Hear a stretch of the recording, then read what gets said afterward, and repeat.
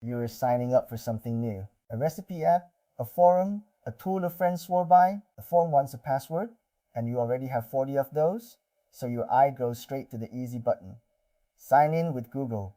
One tap, no new password, no email to verify. You are in within seconds, and the app already knows your name. It feels like nothing. It feels like the app just trusted you because Google vouched for you.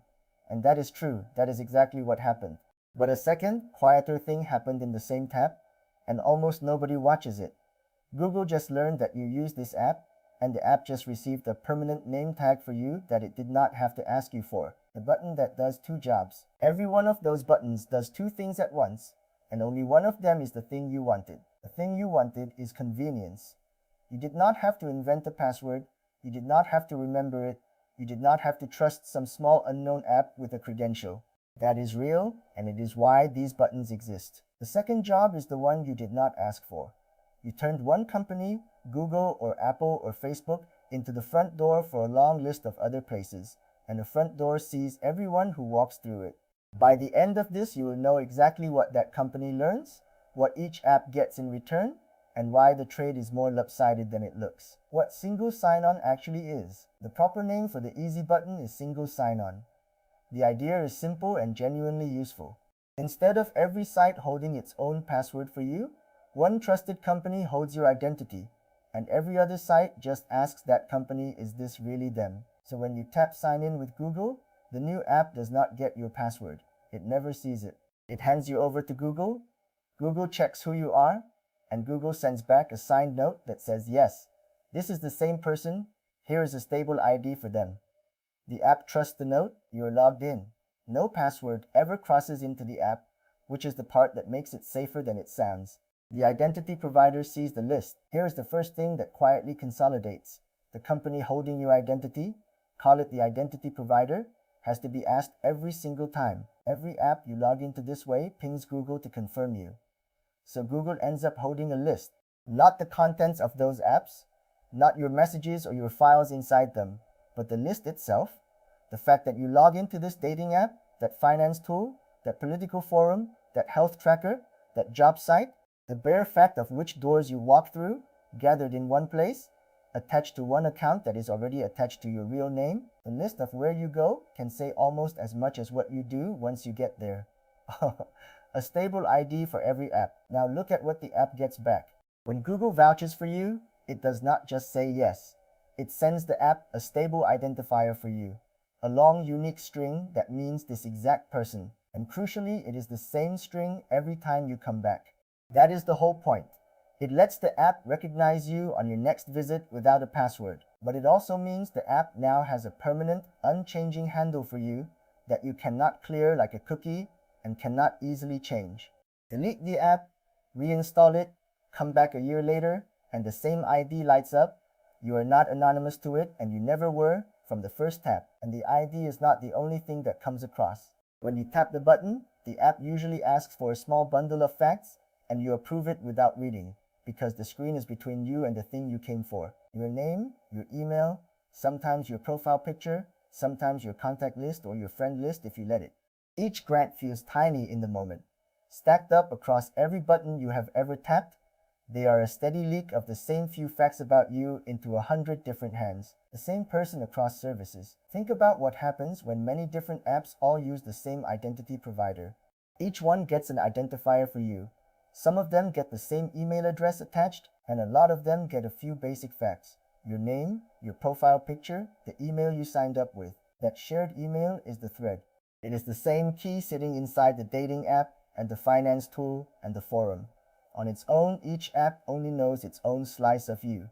But the moment that data is sold, shared, or leaked, the matching is trivial, because everyone is holding the same stable key. Single sign-on did not invent profile stitching, but it makes the keys clean and consistent, which is exactly what stitching needs. The convenience you actually feel, it is worth sitting with why people choose this, because the appeal is not stupid. You genuinely have too many passwords. You reuse them when you are tired. You forget them and reset them and forget them again. Every new account is a small tax on your attention, and the button removes the tax, so the trade feels great in the moment. One less password to invent, one less thing to leak, one less form to limp through.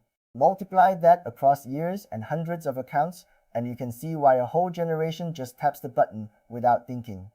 The cost is not visible at the moment you pay it. That is what makes it easy to pay, the honest case for it. And here is the part a lot of privacy talk skips. The button can genuinely be the safer choice, and pretending otherwise is dishonest. The alternative, for most people, is not a perfect unique password per site stored in a vault. The real alternative is the same tired password reused across 40 sites. Reused passwords are how one breach becomes 40 breaches. A small app gets hacked, your email and password leak, and now anyone can try that pair on your bank, your email, your everything. Single sign-on quietly kills that whole failure mode, because the small app never held a password to leak. It only ever held a note from Google. For a lot of people, that is a real upgrade in safety, not a downgrade. The single point that knows almost everything, but every upgrade has a shape, and this one has a sharp edge. You took your security and your convenience and you concentrated them. You made one account the master key to a large part of your online life. And concentration cuts both ways. On the good side, you have one strong place to defend, one account to put a real second factor on, one thing to watch. On the other side, that one account now knows almost everything, and it is one thing for something to go wrong with.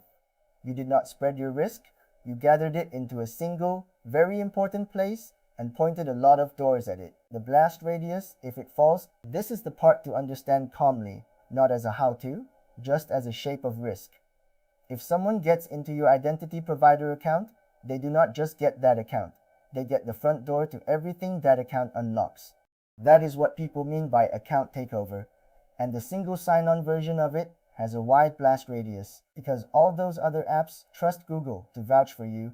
Whoever controls the Google login can walk through every door it opens. That is the price of consolidations.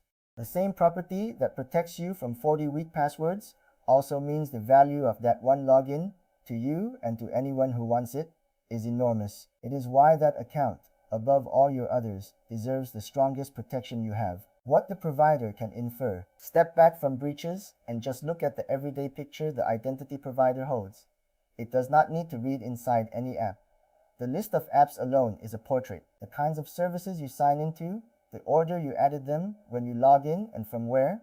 A person who signs into a fertility app, a baby gear store, and a parenting forum in the same month has told a story without typing a sentence. A person who suddenly logs into 3 job sites has told another. The identity provider sees these patterns across millions of people, and patterns at that scale become predictions. You were never asked the questions. The buttons answered them for you, and the timing carries information all on its own. When you log in, how often, from which city, on which device, in the small hours or the middle of the workday. None of that needs the contents of a single app. A login at 3 a.m. to a gambling site, a sudden cluster of logins to legal services, a quiet stretch where you stop signing into anything at all. The provider is not reading your life, but it is watching the shape of it, traced out in the timestamps of every door you open. The quiet permission screen, there is a screen most people never really read, and it is where a lot of the trade actually happens. Right after you tap the button, before you are let in, the provider shows you what the app is asking for. Continue as you, share your name and email, sometimes more. That screen is doing real work, and it is the one place you get a say. Most of the time people skim past it, because it stands between them and the thing they came to do, and the wording is friendly. But the difference between an app that gets your name and email and an app that gets your full contact list is decided right there, in the half second you spend not reading it. The button trains you to approve, and approving is the whole habit the system runs on. Why the apps love it too. The apps are not victims here. They chose this on purpose, and it helps to see why. Accepting sign-in with Google means they never have to store your password, which is the single most dangerous thing an app can hold. Less to secure, less to leak, less to get sued over. It also gives them a clean, verified identity for you on day one. A real email, a real name, often a profile photo, all handed over by a company they trust, and they get that stable ID that lets them recognize you forever. For the app, the button is cheaper, safer, and more useful all at once. The convenience flows to them too, which is why the easy option is always the one placed front and center, the part you can actually control. This is not a counsel of despair, because the trade is yours to shape. You can decide which one account becomes your master key, and then defend that one account like it matters, because it does. A strong, unique password on it, a real second factor, and an eye on which apps it is connected to. Most identity providers will show you the full list of apps you have connected and let you cut off the ones you no longer use. That list is worth reading once. Slowly, every entry on it is a door your master key still opens, and the ones you forgot about are exactly the ones worth closing. The point is not to never use the button. It is to use it on purpose, knowing what it spends. The trade in one line. So here is the whole thing in one breath. The easy button hands you real convenience and, for many people, real safety by turning one company into the keeper of your identity. And the price of that is concentrations. One provider that sees the list of everywhere you go. One stable ID that follows you into each app, and one login that, if it falls, opens a great many doors at once. That is not a reason to panic, and it is not a reason to pretend the button is evil. It is a reason to know what you are choosing. Convenience and a single point that knows almost everything are the same coin. You just want to be the one who decides to flip it.